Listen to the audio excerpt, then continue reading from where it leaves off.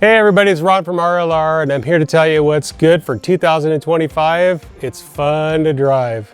And what could be more fun to drive than having a cool shifter in your car? Well, I'll tell you what, my buddies at CSP in Germany, they tuned me up and they made me a shifter.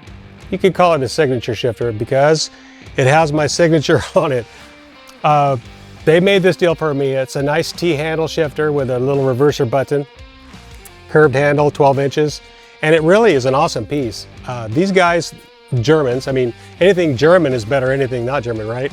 So you get these deals here and you get this quality German engineering where you get all the hardware and the nuts and bolts.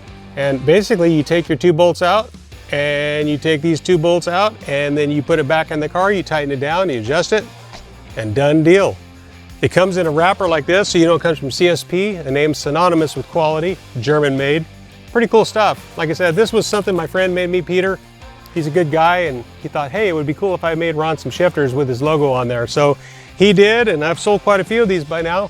And so here you go. Fun to drive, 2025 CSP, RLR, what could be better? Peace.